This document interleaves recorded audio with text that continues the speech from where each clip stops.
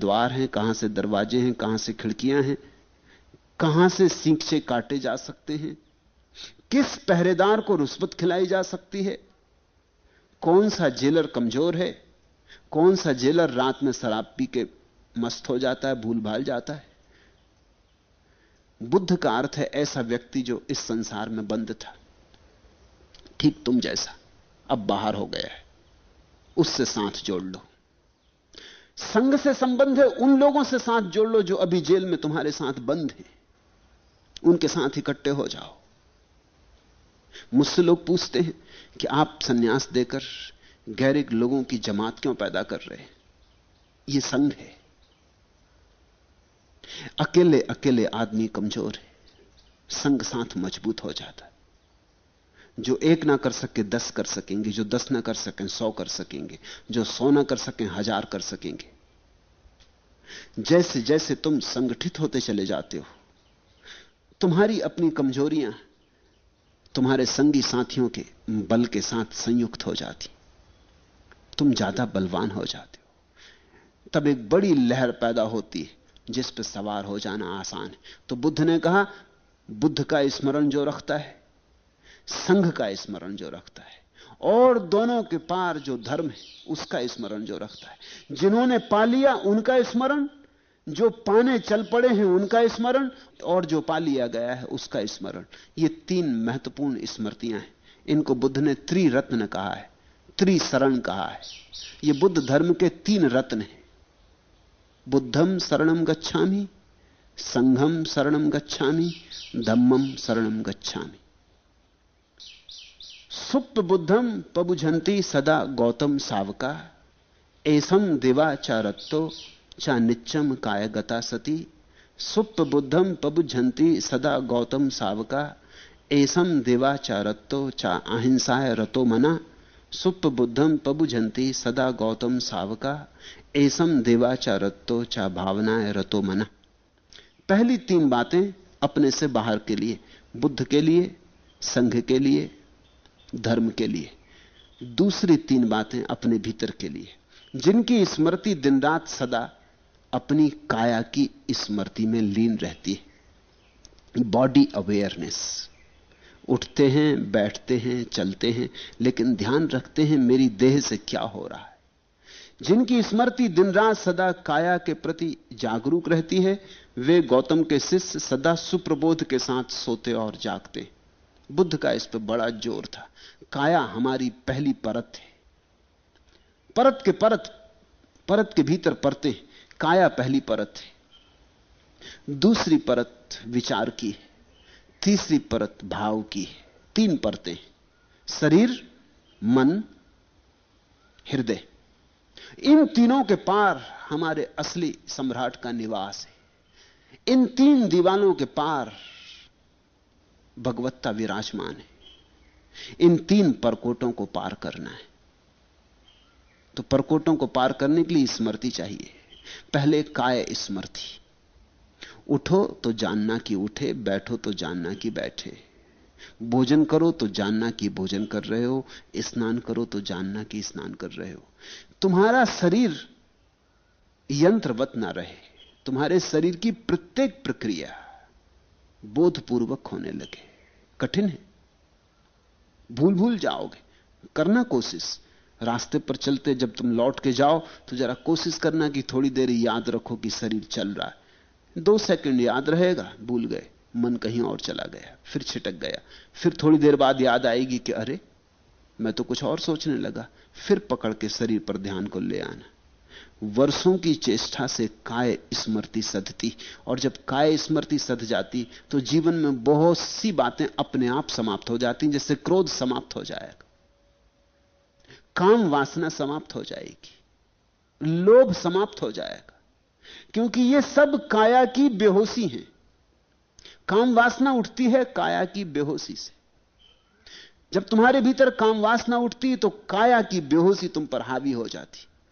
अगर तुम चलते, उठते, बैठते, हाथ भी हिलाते हो तो होशपूर्वक हिलाते हो कि मेरा हाथ हिल रहा। तुम जरा इसका प्रयोग करना, तुम बड़े चकित होगे।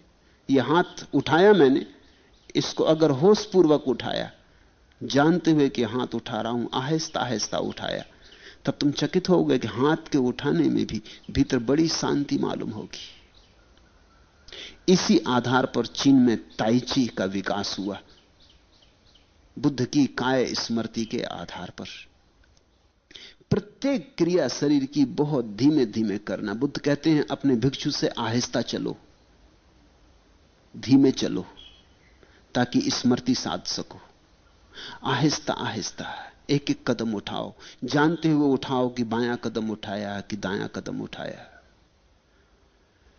अगर कोई वर्ष 2 वर्ष काय स्मृति में उतरे तो चकित हो जाता है। लोग पूछते हैं काम वासना कैसे छूटे। काम वासना सीधे नहीं छूटती, क्योंकि काम वासना काया के प्रति बेहोशी का हिस्सा है। जब काया की बेहोशी टूटती तो काम वासना छूटती, और क्रोध भी तभी छूटता है, आक्रामक भाव भी तभी छूटते हैं, हिंसा भी तभी छूटती। तो पहला काया के प्रति स्मृति। दूसरा, जिनका मन दिन रात सदा अहिंसा में लीन है, वे गौतम के शिष्य सदा सुप्रबोध के साथ सोते और जागते। दूसरी बात विचार। पहला बात देह, दूसरी बात मन। मन हिंसात्मक है, मन सदा ही हिंसा की सोचता है, किससे छीन लूं, किससे झपट लूं, किसको मजा चखा दूं। मन प्रतियोगिता है, कंपटीशन है, स्पर्धा है, एंबिशन, महत्वाकांक्षा है। मन आक्रामक है, मन सदा आक्रमण की योजनाएं बनाता रहता है, कैसे मकान बड़ा कर लूं, कैसे जमीन बड़ी कर लूं, कैसे तिजोरी बड़ी कर लूं। स्वभावतः छीनना पड़ेगा, तभी कुछ बड़ा होगा। तो बुद्ध कहते हैं मन की हिंसा के प्रति जागो और अहिंसा के भाव में प्रतिष्ठा लाओ।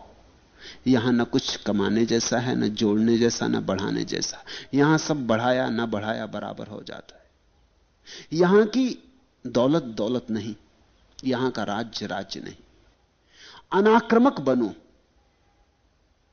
हिंसा है आक्रमण, अहिंसा है प्रतिक्रमण। अंतर लौटो, बाहर मत जाओ, ठहरो भीतर। विचार के हिंसा को ठीक से समझो। जैसे जैसे विचार की हिंसा समझ में आएगी और अहिंसा का भाव तैरेगा भीतर, वैसे वैसे तुम पाओगे दूसरी परिधि भी टूट गई। फिर तीसरी परिधि है, जिनका मन दिन रात सदा भावना में लीन रहता है, वे गौतम के शिष्य सदा सुप्रबोध के साथ सोते और जागते। फिर तीसरी भाव की दशा है, भावना की। बुद्ध ने उसे ब्रह्म विहार कहा है। उन भावनाओं में डूबो जो ब्रह्म के करीब ले आएंगी, जैसे करुणा, सहानुभूति, समानुभूति, दया। उन भावनाओं में डूबो जिनसे तुम दूसरों से टूटते नहीं, जुड़ते हो। उन भावनाओं में डूबो जिनसे धीरे धीरे तुम्हारे भीतर शांति और आनंद घना होता है। ब्रह्म में विहार करो, एक में विहार करो, अनेक का भाव छोड़ो। कोई मेरा शत्रु नहीं है, सभी मेरे मित्र हैं। मैत्री भावना, मित्रता का भाव फैलाओ। जो सुख मैं चाहता हूं वही सबको मिले, और जो दुख मैं नहीं चाहता हूं वह किसी को भी ना मिले। ऐसी भावनाओं में डूबो। धीरे धीरे भावना में डूबते डूबते तीसरी सीढ़ी भी पार हो जाती। काया की स्मृति, विचार की स्मृति, भावना की स्मृति, फिर भीतर महल में प्रवेश होता है। उस महल में प्रवेश करके तुम पाओगे बुद्ध को विराजमान। तुम्हें तुम्हारे बुद्ध से मिलन हो जाएगा। इसको बुद्ध ने कहा है, अप्पो दीपो भव। अपने दिए बन जाओ, फिर तुम अपने दिए बन जाओगे। राजा बिंबिसार को, इस लड़के को लाने के कारण बुद्ध ने यह सूत्र कहे।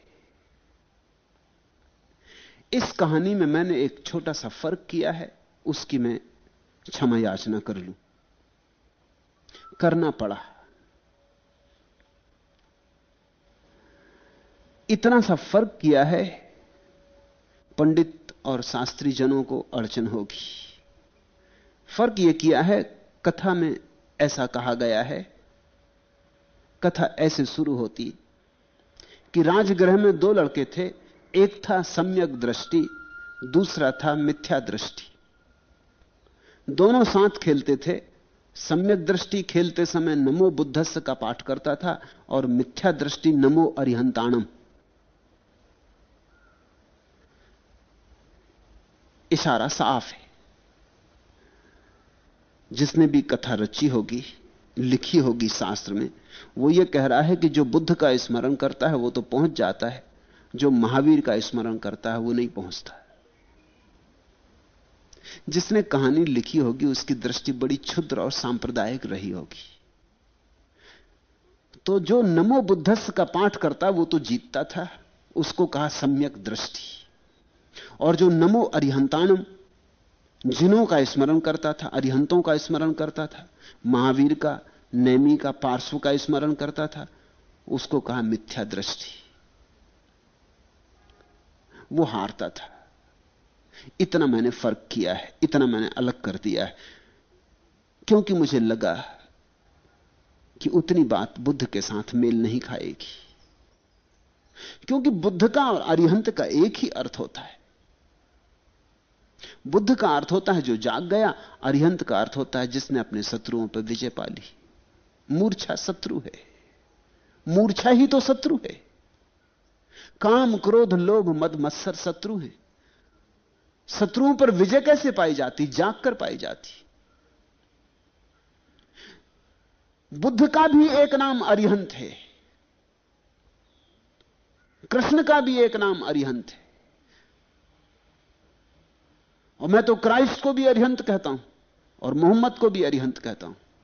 अरिहंत का मतलब ही इतना है जिसके अब कोई शत्रु ना रहे, जिसके भीतर सब शत्रु विदा हो गए, जिसके भीतर सब शत्रु विगलित होकर मित्र बन गए, जिसका क्रोध करुणा बन गया और जिसकी काम वासना ब्रह्मचर्य बन गई, जिसने अपने शत्रुओं को अपना मित्र बना लिया, जिसने जहर को रूपांतरित कर लिया, जो उस कीमिया से गुजर गया जहां जहर अमृत हो जाता है।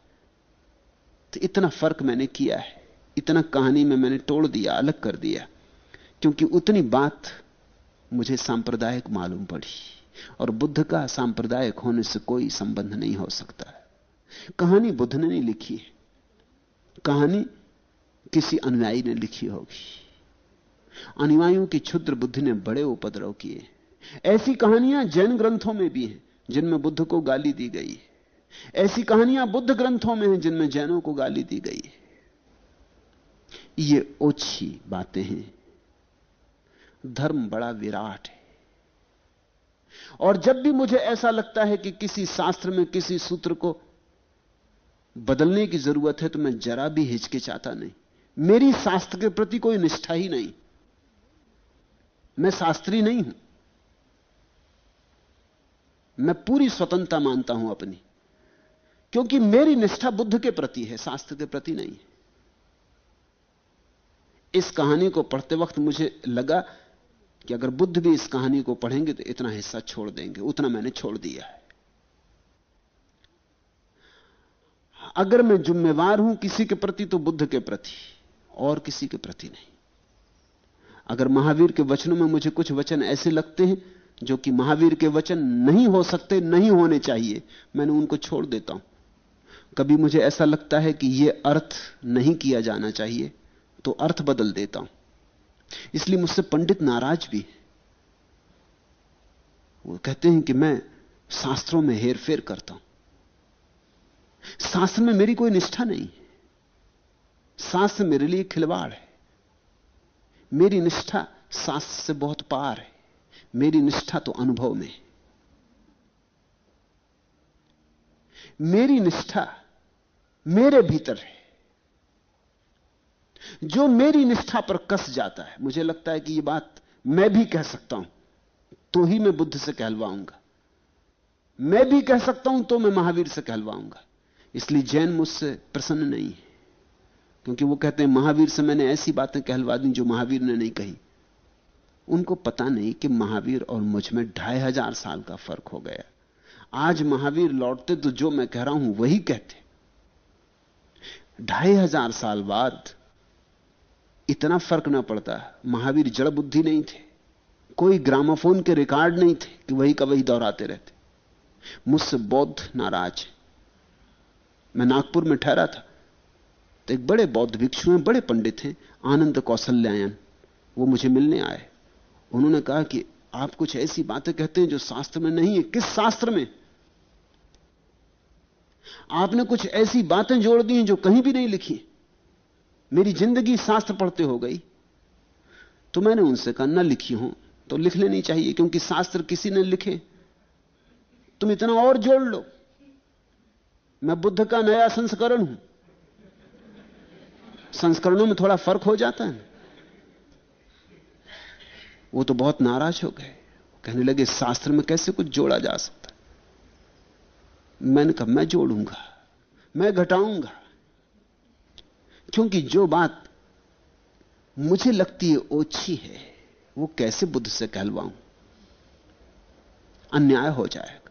उसके लिए बुद्ध फिर मुझे कभी क्षमा ना कर सकेंगे। पंडित नाराज हो जाएं मुझे जरा चिंता नहीं है, उनकी नाराजगी से क्या बनता बिगड़ता है। लेकिन बुद्ध के साथ कुछ अन्याय नहीं होना चाहिए, इसलिए मैंने इतना फर्क किया है। अन्यथा कहानी अद्भुत है, अन्यथा कहानी बड़ी प्यारी, बड़ी सूचक है। इस पर ध्यान करना। आज इतना ही।